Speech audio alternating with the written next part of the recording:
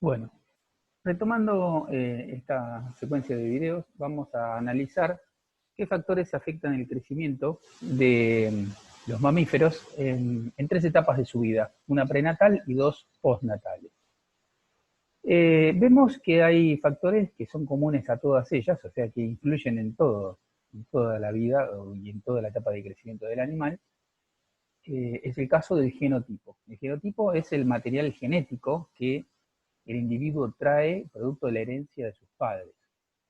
Si lo referimos al tema del crecimiento, obviamente podríamos hacer una comparación con el humano y algo que parece obvio es que los hijos de padres muy altos tienden a ser altos y los hijos de padres más bajos o estándares tienden a ser estándares. Esa tendencia está dada por la información genética que sus padres le han legado a sus hijos. Eso es el genotipo.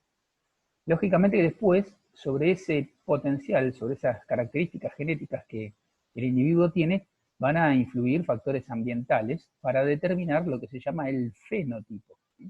Es así que hay gente que puede ser hijos de padres muy grandes, pero si esa persona sufre una malnutrición o una desnutrición de chico, puede llegar a quedar más petizo de lo que podría haber sido en función de lo que son sus padres, digamos, en función de su herencia y de su genética.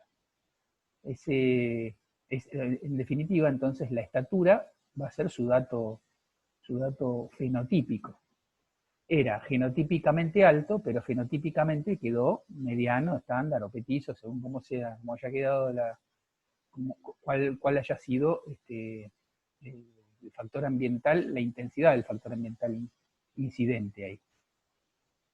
Otro factor que tiene incidencia sobre la evolución y el crecimiento, la evolución del peso, el tamaño y el crecimiento de los mamíferos es el sexo. Los individuos de sexo masculino tienen un entorno hormonal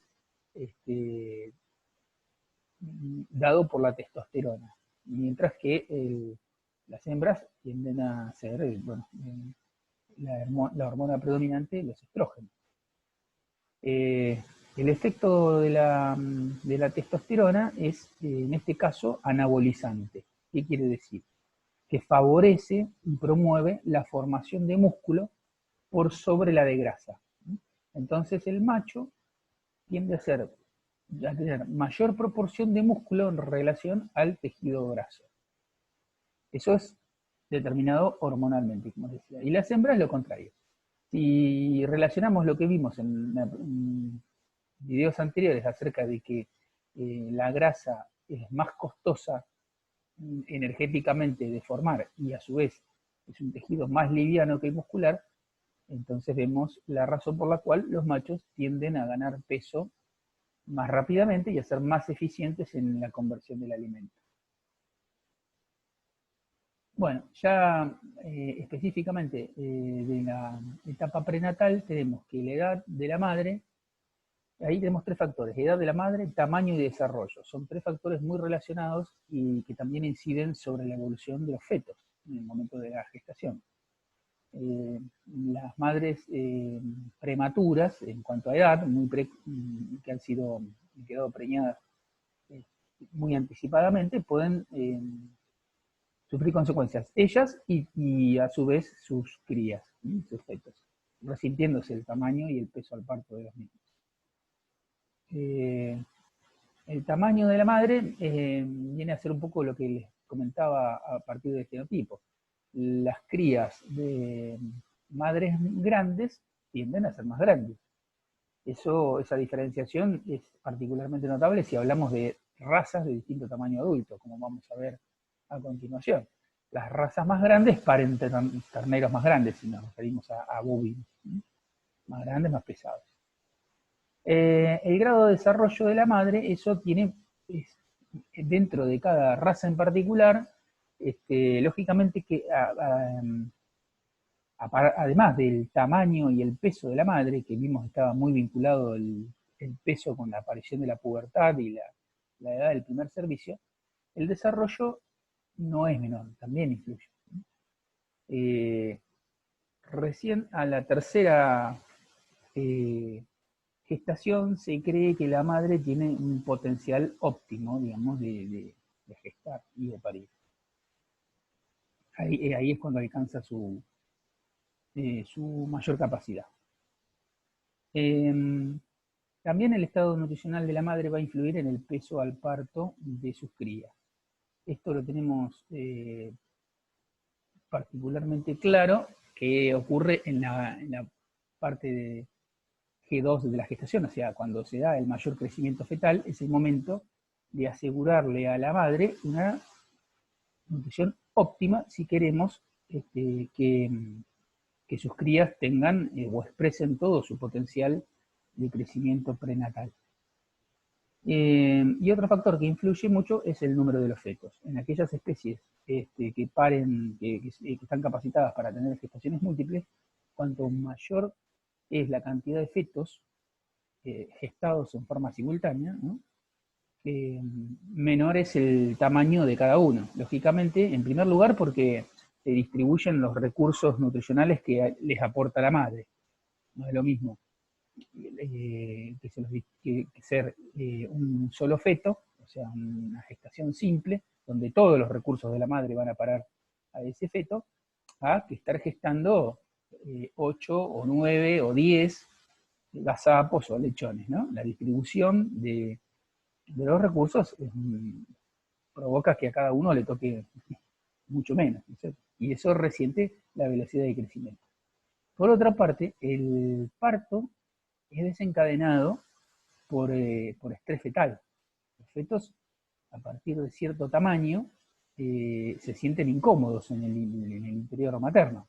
Están apretados, están torcidos, bueno. Entonces eso lleva a que se estresen. Ese estrés libera una señal química que va a parar a la madre y esa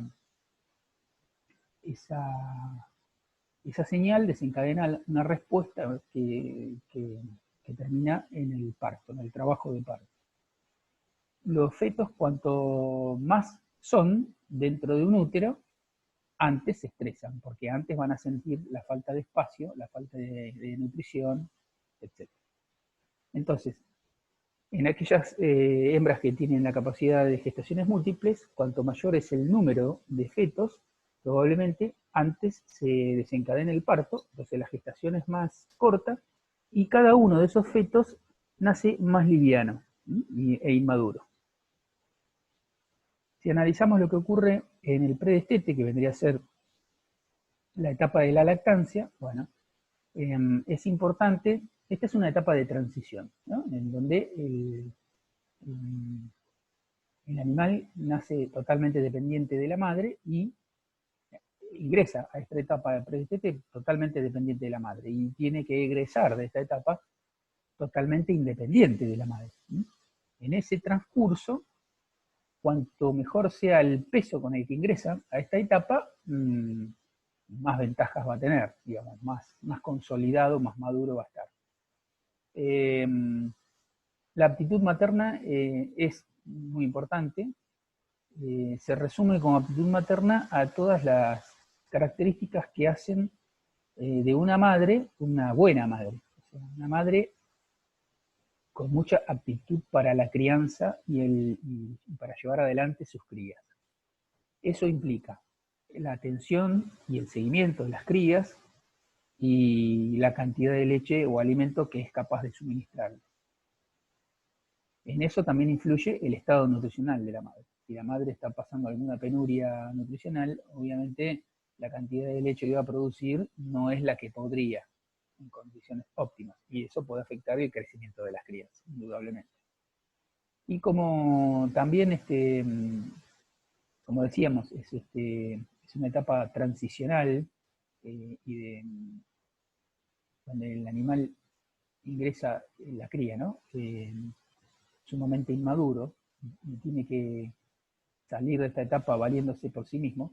Bueno, hay dos elementos que no están dos sistemas de órganos que no están consolidados plenamente todavía y que tienen una influencia en esta etapa, que son el sistema inmunológico y el aparato digestivo.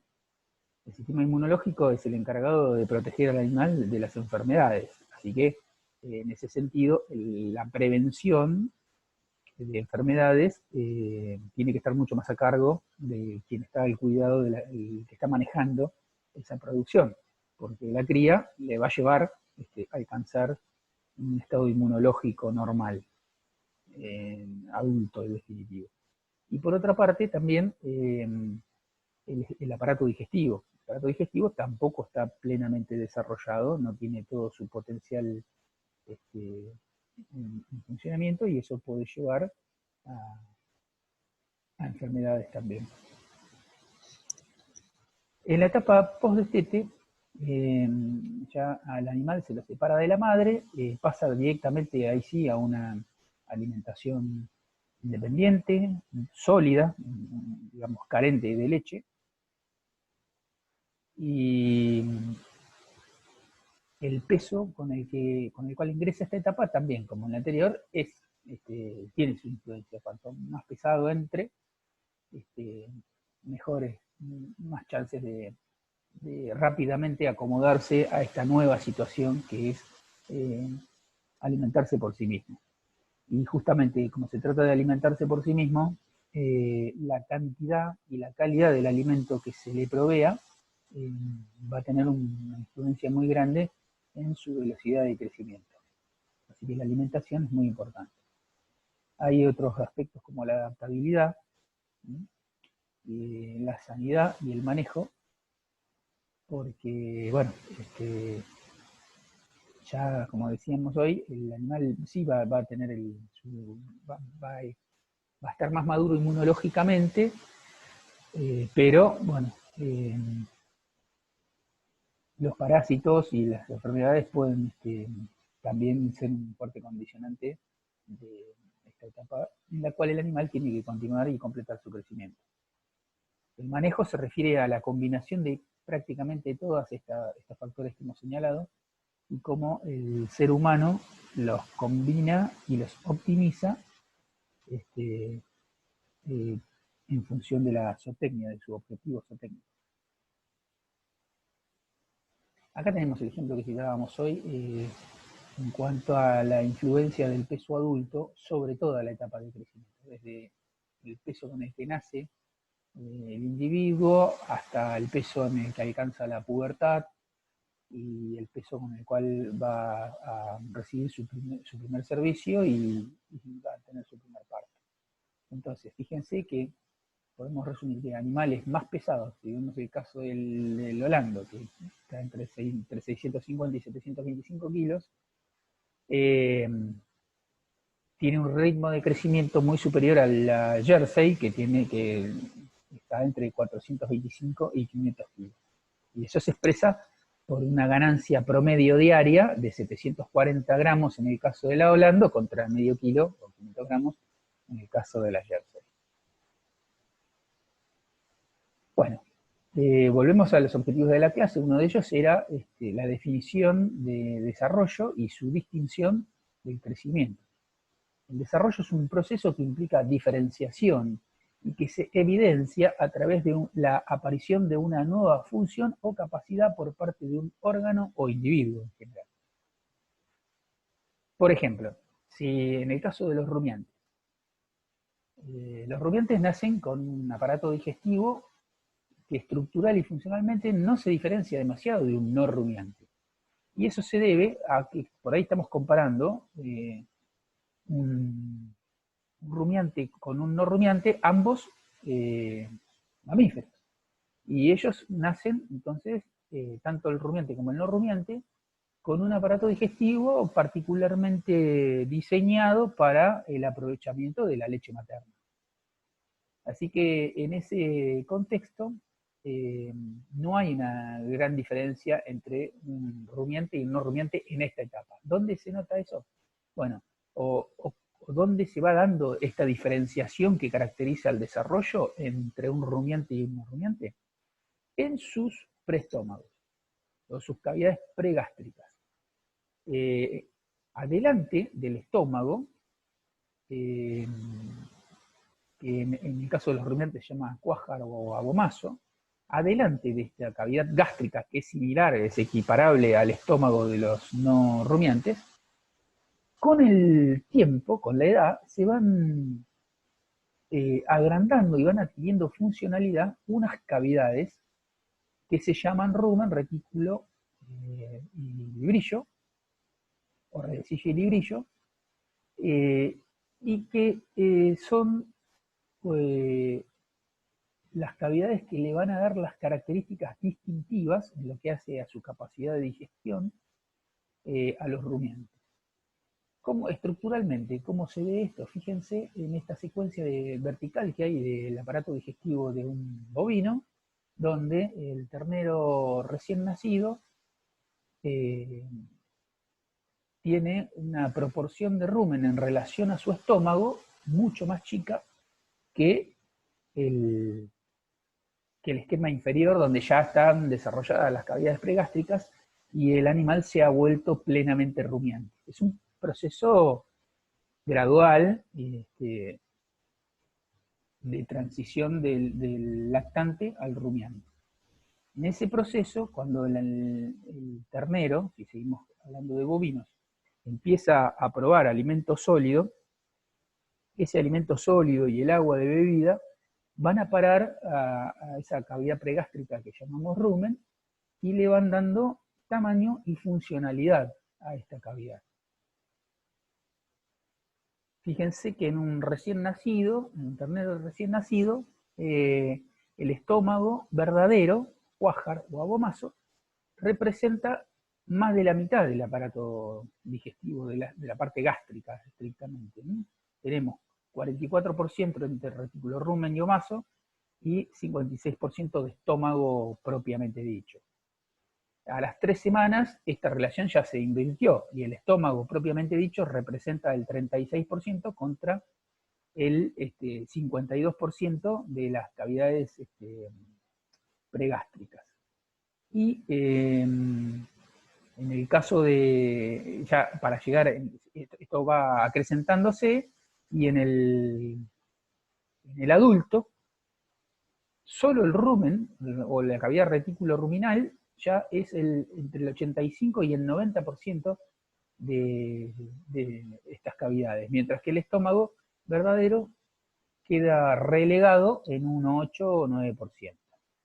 Esta escala, esta transición que refleja la escala, se puede ver abajo, donde tenemos el esquema de una ternera recién nacida. Fíjense la relación que hay entre el tamaño del rumen y el abomaso. El abomaso es más grande que el rumen, expresando lo que dice la tabla para un neonato, y a lo que va a parar, ¿no? En la vaca adulta. Cómo han cambiado las proporciones entre el rumen y el abomaso. Cuando estos compartimientos pregástricos están reducidos de tamaño por falta de crecimiento y de desarrollo, porque tampoco son funcionales. La funcionalidad, que es lo que habla de desarrollo, también es gradual.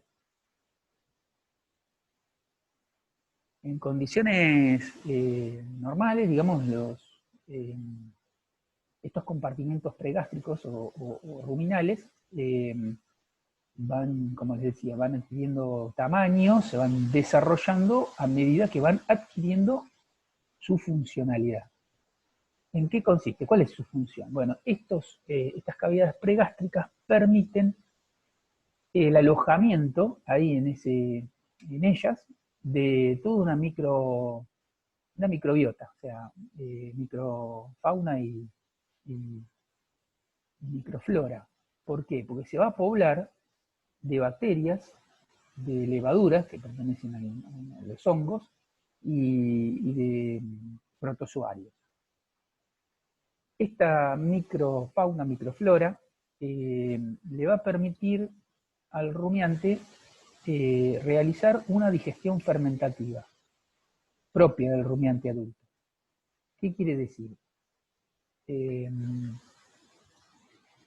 en ese lugar se va a producir una especie de simbiosis, en estas cavidades pregástricas. ¿En qué consiste esta simbiosis?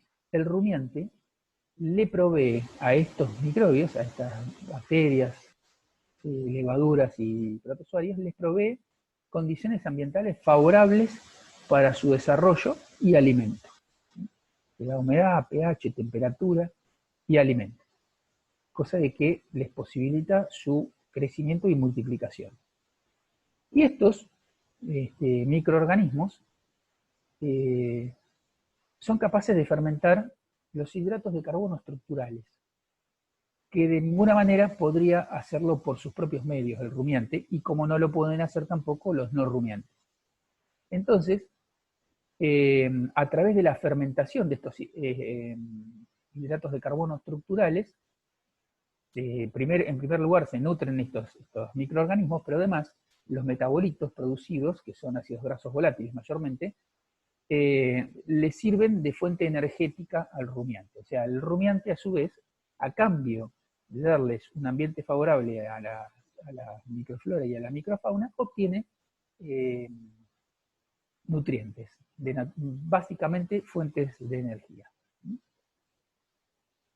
Otro hito del desarrollo es la pubertad. La pubertad consiste en la adquisición de la capacidad reproductiva por parte del animal. Entonces, en el caso de los bovinos, la madurez sexual de las vaquillonas depende o está muy vinculada al peso corporal, más que la edad en sí misma. Entonces, de esta manera, la tasa de crecimiento, o sea, la velocidad con la que crece una ternera que se convierte en vaquillona, tiene una influencia importante sobre la edad y la aparición de la pubertad. Se dice que la pubertad aparece cuando el animal alcanza 1/3 del peso adulto. Así que fíjense la influencia del peso que se refiere la pubertad a esa proporción. No obstante, a pesar de que a partir del tercio ya tiene capacidad reproductiva, no se recomienda el servicio hasta que el animal haya alcanzado los 2/3 de su peso adulto. Es ahí donde se hace su primer entore o servicio. Y esto puede ocurrir, como vieron ustedes para bovinos, puede ocurrir, según la velocidad de crecimiento, a los 15 meses de edad de una vaquillona, o puede ocurrir a los 27 meses de edad de una vaquillona. Bueno, vamos a generar un último video que tenga que ver con, no es el último, el anteúltimo va a ser, que va a explicar un poco la actividad práctica que les proponemos para este tema. Así que vamos a cortar acá y retomar entonces con la propuesta práctica.